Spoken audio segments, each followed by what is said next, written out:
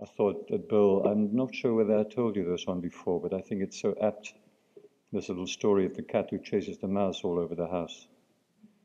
And the mouse runs away into a mouse hole, and the cat goes to sit down in front of the mouse hole, very quietly, just out of sight. And after a while he says, woof, woof. And of course the mouse pokes out its little head, and the cat grabs it and often, and as he walks away, sort of wiping his whisk, he says, it's useful to be bilingual. As a well-seasoned nomad, I knew that I'd be following the migrating animals of my thoughts. Are they mirages? Can they be mere impressions?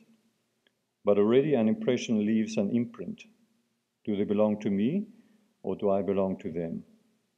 And in either case, how much do I leave behind? The dual muse. What a silly idea.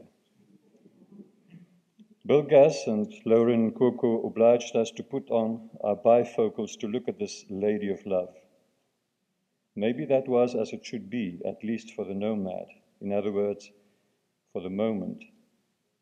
To keep on returning to where one had left a scent of passage, and thus to be reminded of one's two-ness.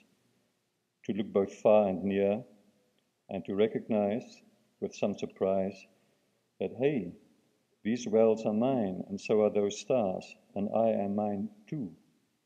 At least I think so. You see, Derek Walcott had introduced an equation in the form of a poem. Roses are red, violets are blue, I'm a schizophrenic, and so am I. to which I'd like to respond with more of the same difference. Violets are red, roses are blue, you're a schizophrenic, and I am you.